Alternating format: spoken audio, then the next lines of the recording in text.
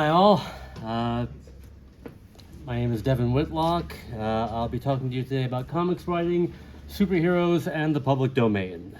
So, just a little bit of an overview of what we'll be talking about. I'll give an introduction, a brief zine demonstration, a little look at Wild West comic book characters and whether or not they qualify as superheroes. We'll talk a little bit about my own writing process, how it goes from script to completed comics page, a little talk about public domain as a concept and public domain superheroes, which are a pretty trending thing right now. I'll offer up some resources, and then we'll save some time for questions at the end. And save your questions till the end too, because I might very well answer them during the course of the presentation. So who am I? I got my start writing a blog about queer comics back in 2015. It was on Blogspot, which was eventually absorbed into Google. But I created a bunch of mini comics, zines. I've got some passing around, just kind of as a way of getting my name out there. Because it can be, you'll find no shortage of people giving advice on how to break into comics. And I've seen the likened to a sort of like high security military facility. Once somebody breaks in, then they make sure that nobody else can get in the same way again. But I did have also like some storytelling and podcasting experience. I leveraged that into moderating panels at San Diego Comic-Con, especially with Dr. Martell's help. I also moderated a panel of local Chicago comic creators for Chicago Public Library's Pride Month celebration a few years ago. I was a Negative Space semifinalist for underrepresented creators back in 2022. Negative Space Comics is a great contest for comic book writers who are hoping to break in. They put out an anthology almost every year of short comics. And then I finally got my first published one-page comic in the anthology Cybersync, which is a cyberpunk anthology published by Apollo City Comics back in 2023. I've been in several more anthologies since then. I've provided some examples below. The Prism anthology, the Dreamlands anthology, and the Blackout is my own self-published comic. There's examples going out around. So yeah, the easiest way to break into comics is just make your own. This here is a step-by-step guide on how to make an 8-page zine. Again, there's some examples of it going around, how you can fold it up, staple it. I brought one little piece of paper as an illustrative example. You see I've got artwork on both sides. All you have to do, fold it in half, fold it in half again.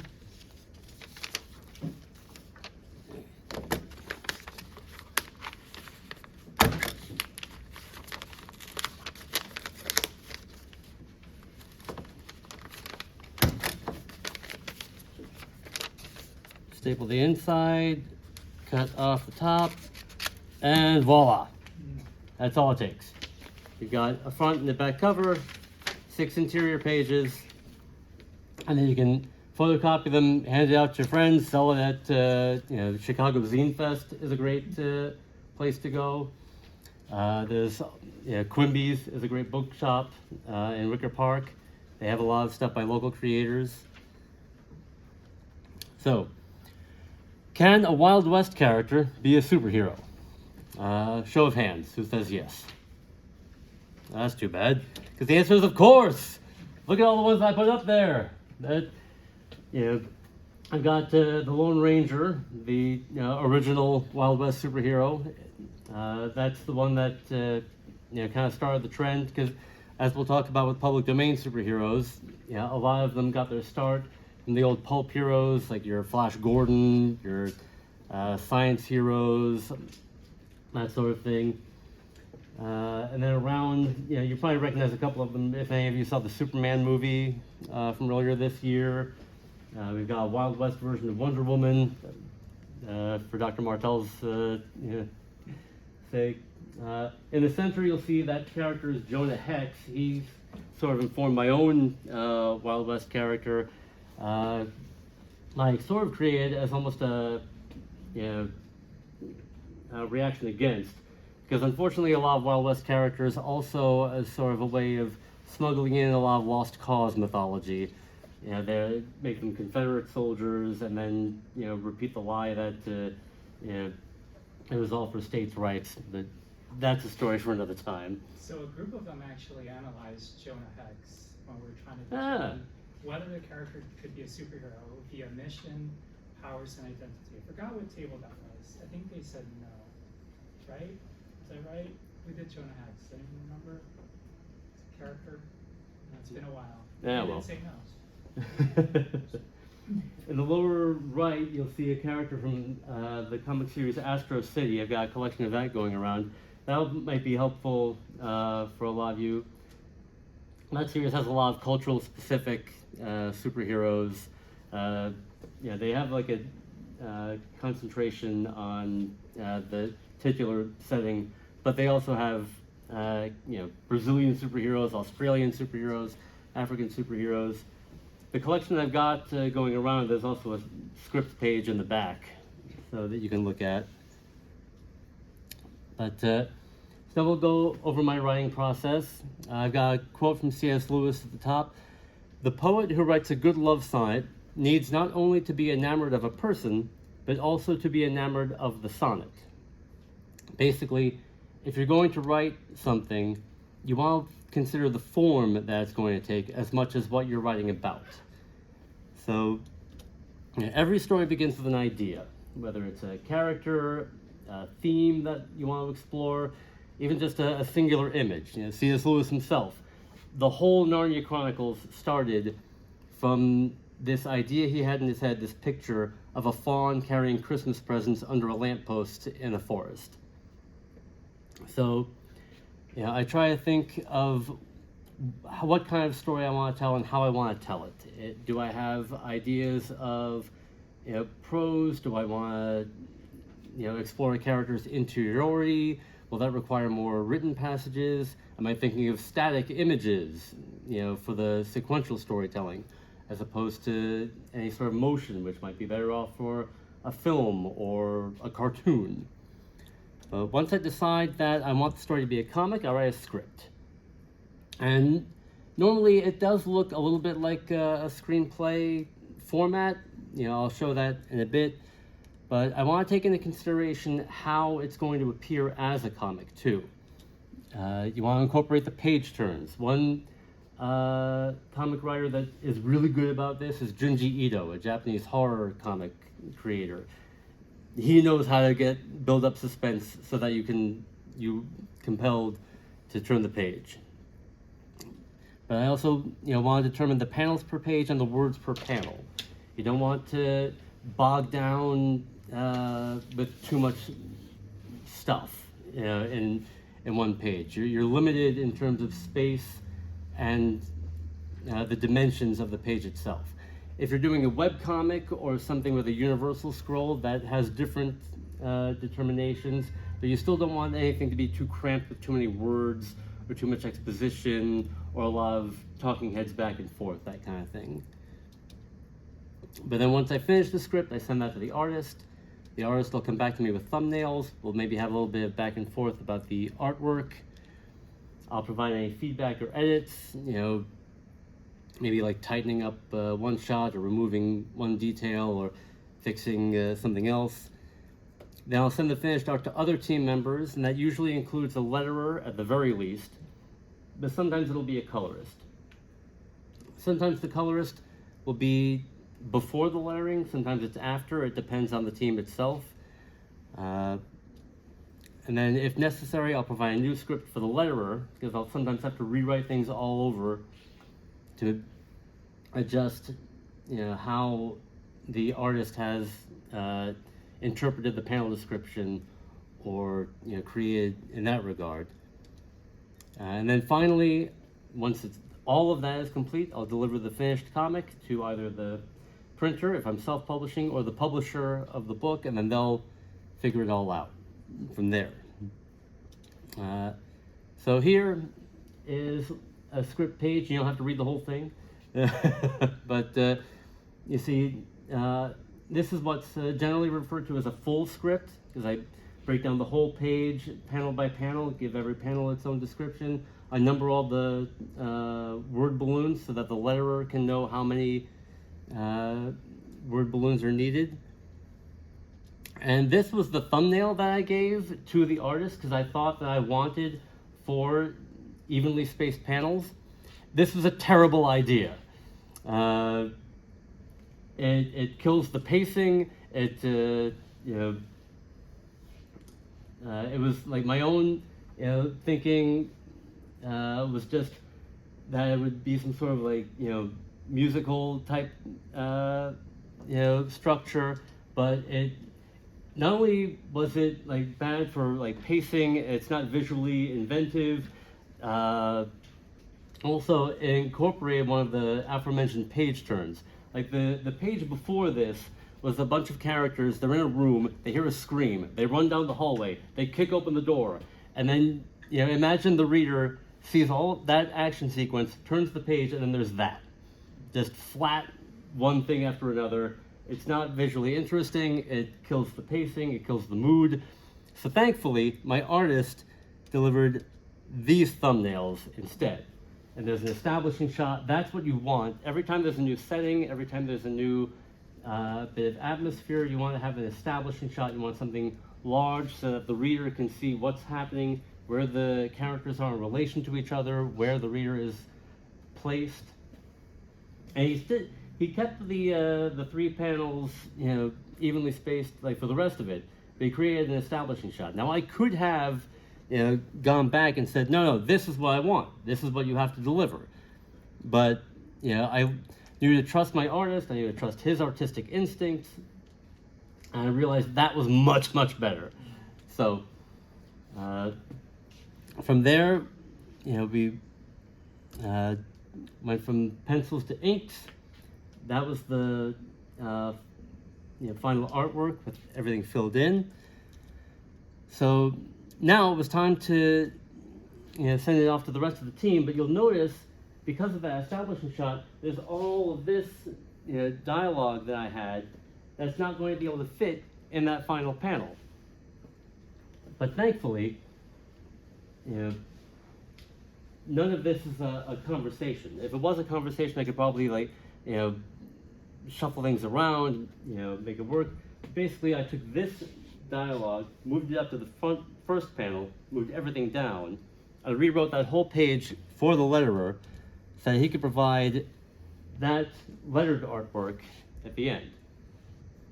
He did, you'll notice my notes in green because I did not communicate. I said that I wanted 4 balloons from one speaker. He thought that meant 4 balloons in one trail.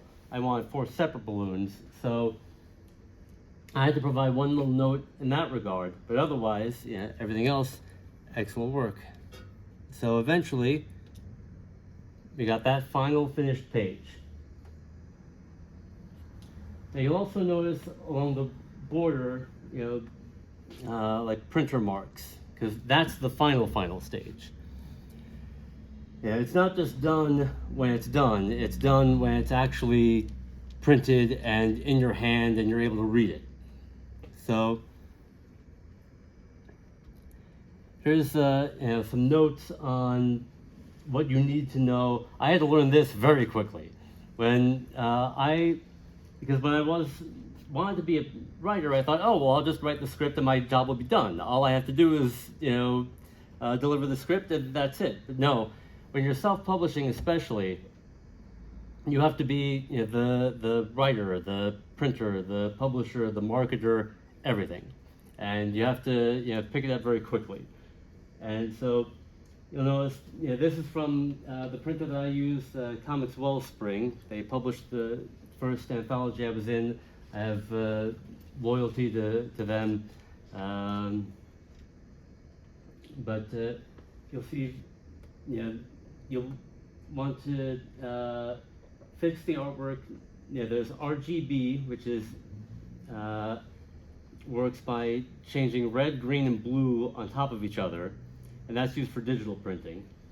CMYK, cyan, magenta, yellow, and key, which is typically black. That is used by drawing those colors away from each other, and that's how color is added for print. And I have a note at the side. I said the resolution you'll want to set is at least 300 dpi, which stands for dots per inch. You'll notice, like, if you hold a magnifying glass over a comic strip or something on your screen, you'll see all the little dots per inch. That's what that stands for. So an intro to public domain. So I've got a short video here from Gamal Hennessy. He's a lawyer, comics professional. Perfect timing. He posted this on his YouTube channel just a few days ago. So Let me see if the volume's available, just because sometimes it's not. I don't know what's up with these speakers. So let's see. Sorry about that. Should have No, mentioned. you're fine. If not, then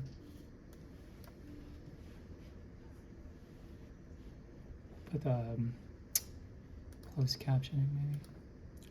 If you want to figure out if a particular comic or Well, there's intellectual captioning property is too. in the public Oh, there domain, it is. Yeah. there is a website either run by Stanford or Cornell's copyright. It's actually research Duke. I have it on the project, which resources you can later. Go online, plug in the information, and see if the book is in the public domain. That's going to be your first step.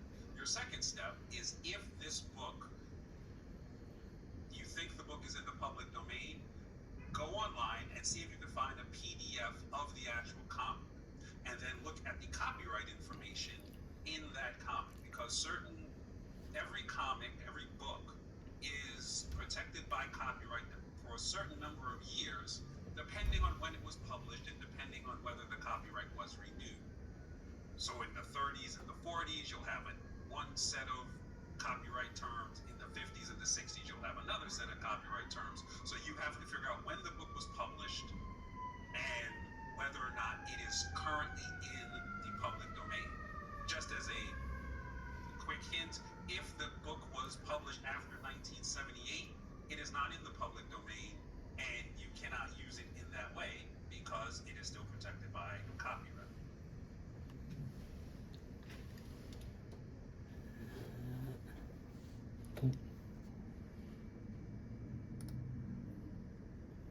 Yeah, you'll see, I have a couple of famous examples along the side. Winnie the Pooh, Steamboat Willie, those both entered public domain pretty recently. You might have even seen that in the news. People were like, oh, Mickey Mouse is finally public domain. Like, Steamboat Willie was in the public domain. And Disney actually even worked to try and make sure that that wasn't going to be the case. They failed. But,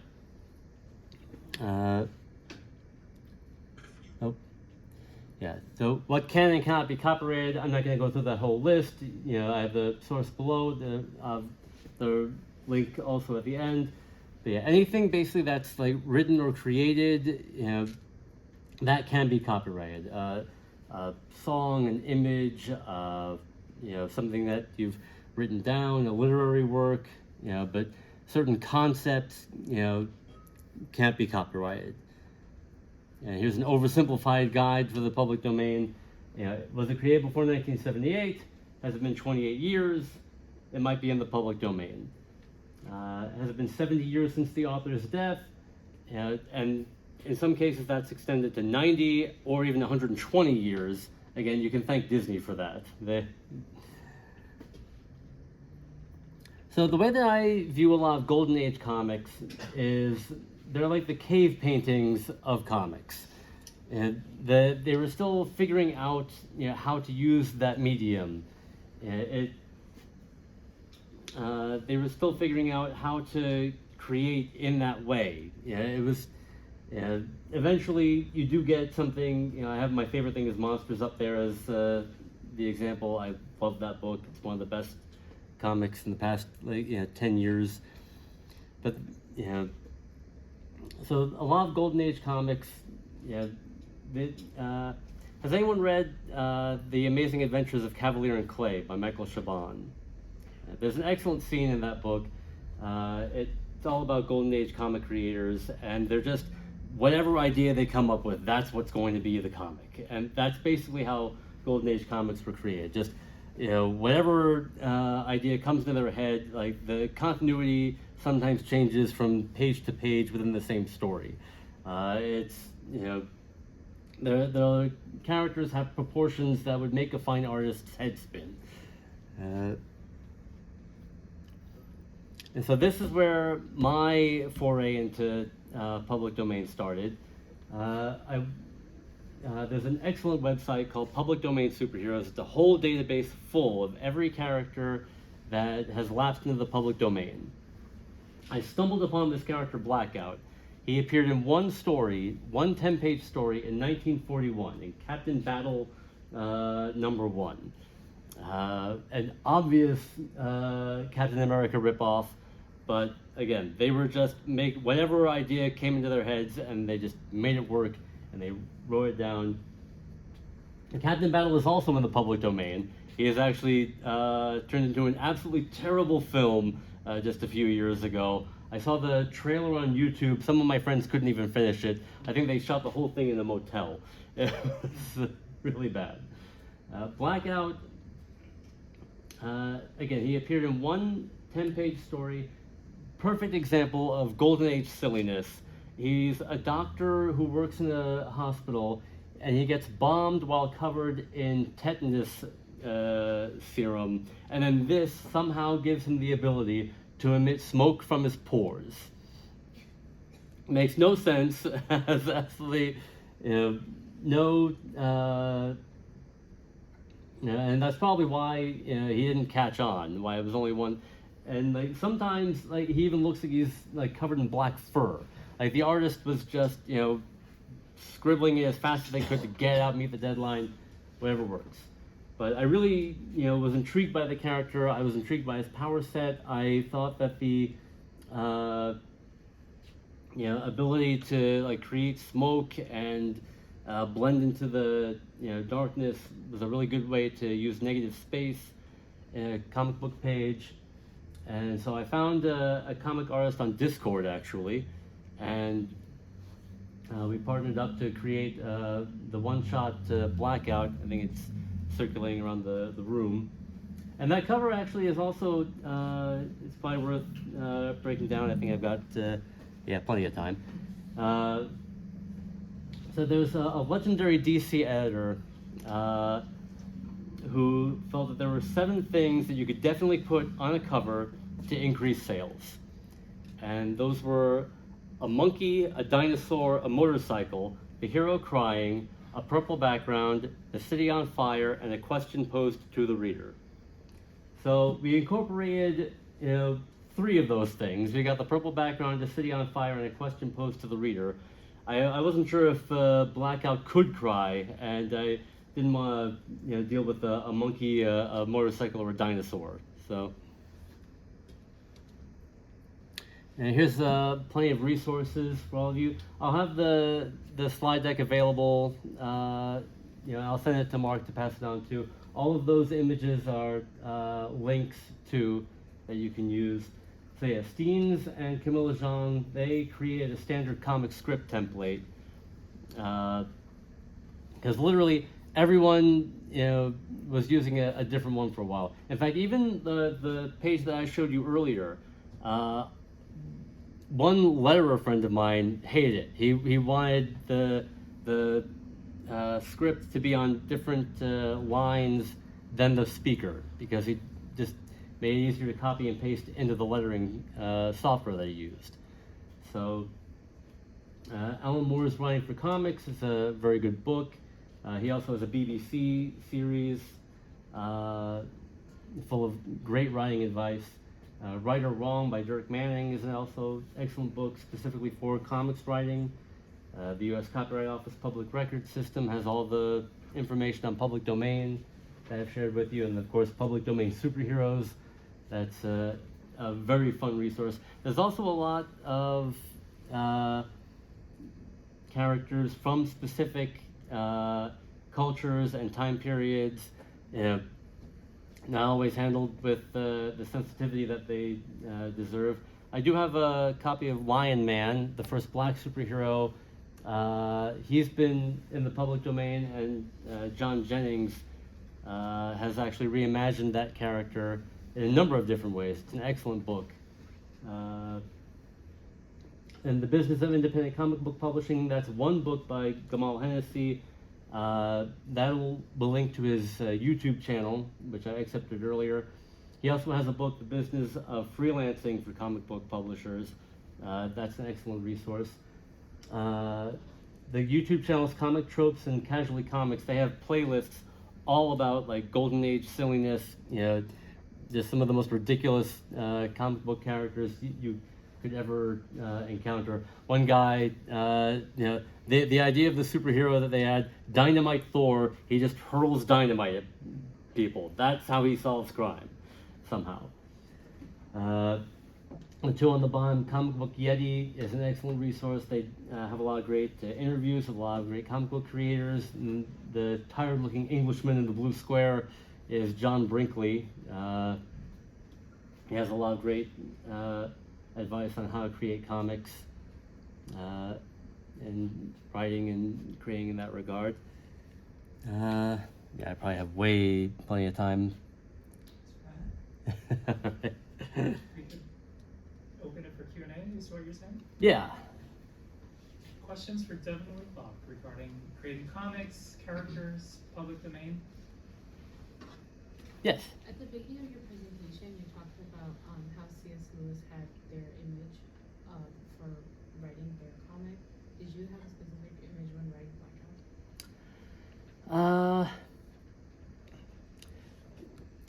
I did actually. So like I said, there was like one 10-page story, and I read that whole thing. It wasn't a difficult read, but the idea of like just sort of like having him, come out of the darkness, just have like a black page, and then all of a sudden his hand would appear or his eyes would appear. That's something that really, I found that very evocative, and so I wanted to tell more stories with that character. Yes. What, if anything, did you change about the Blackout character? Quite a few things actually. It's kind of funny. So,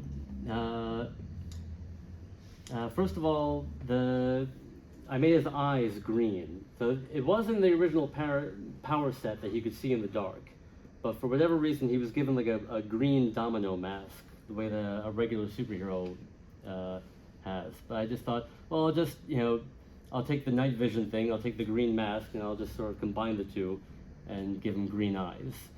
I did also, so the original story was set in Belgrade, in what was then Yugoslavia, in 1941, and Serbia now. And the character was Basil Brusilov. That's his civilian identity. And when I was trying to research to Serbian culture, because I wanted to keep the character in Serbia. I thought that would be a nice touch. I didn't think that was something that was very much explored in mainstream American superhero comics, or even other Golden Age characters. But I did, probably more research than the original team did when they were, because a bunch of Italian guys in Brooklyn writing, Golden Age, they probably just picked Belgrade out, out of a hat. They didn't, bother. And when I went to a Serbian cafe, actually not far from my apartment, to look for like an authenticity reader or a sensitivity reader, and asked, I have this character, Basil Brusilov, and immediately I got shut down. I couldn't even say anything more. She was like, "That's not a Serbian name. What are you talking about?" Like, okay, I'll make him a Russian who escaped Stalinist persecution, and that's how it'll be going forward. Yes. Do you usually come up with all your own stories, or do you get requests from like publishers or companies to create comics? I do not get requests from publishers to create anything. Normally, you have to be like very much at the high end for that sort of thing. I actually do have a couple of pitches out right now the two comics. I have a blackout pitch to a publisher, and the horror western I have a pitch for that publisher. But normally you approach a publisher, the publisher doesn't approach you. Well, that's why the best way to break into comics is to just create your own. You know, get on somebody's radar. You know, make a name for yourself that way. Find a team, a community, and that's how you get more work out. Other questions for Devin? I have a question regarding copyrighted characters. Superman is eventually going to enter in about 10 years. Right? Yep. What does that mean? That means that the version of Superman who appeared in Action Comics #1 will be public domain, and so anybody can, write a story with that version of Superman. But that you have to be very careful because he didn't fly. There's it's a very specific type of design and power set. Even hinting at anything else that came later, you will probably get a Warner Brothers lawyer breathing down your neck. So we could utilize a strongman character that wears a strongman outfit with that S symbol that's still basic back then, and then no flight, so that would be okay to replicate. Oh yeah, you can, and I'm sure that, that's why Steamboat Willie, when that copyright lapsed, there was the Horror movie, there were Steamboat Willie dirty movie, there was images of Steamboat Willie driving into 9/11. It was just all manner, like whatever your mind can conceive, and that's perfectly acceptable. Other questions? So they have to create a superhero in about a week. What suggestions do you have in regards to creating an original superhero that should reflect their cultural background or personal identity? That's a good question. I'd say think about the kind of story that you want to read. That's actually something that I tell every artist I've ever approached to work with too. What I don't necessarily start with the story. I ask the artist, what do you want to draw? What do you want to see? And then you can kind of reverse engineer from there. How can my students find you? Well, that QR code will take you to my newsletter. I run a comics book club that meets every third Wednesday in Portage Park. And then I also provide a monthly comics news digest and updates on what I'm working on and stuff like that. And you Short just essays. came back from New York Comic Con, which I have never been and wanted to always go. So, what advice would you give for people who want to go to Comic Con or present at Comic Cons? I would say know your capacity for a crowd. I joked that at San Diego, it was like every crowd I'd ever been in my entire life all at once. And at New York, it's the same thing, but in a much smaller space. But once you they do actually have accommodations for people to not get too overwhelmed. Just as long as you kind of have a way to orient yourself, it's not as bad as it seems at first. As far as how to present, I wish I knew. I've been trying to pitch the same panel for 3 years, hasn't happened. But I do know there is a really good newsletter from an editor at Mad Cave named Chris Simon. She suggested just finding a different way of telling the same story, she approached Mark Waid and asked him about Superman, and then was able to get a panel somehow with that. There are plenty of other newsletters too. Like I have recommendations at mine. Chris Simon, Colleen Doran has a lot of really great advice and stories. Those are the main ones off the top of my head. Other questions for Devin before we thank him for his time? Well, I do have just some key points. The key to comics writing is collaboration. You're part of a team when you're creating a comic. Even if you're the artist and the writer, you still have an editor. If you're the writer, artist, and editor, you still have a reader. There are multiple perspectives to keep in mind.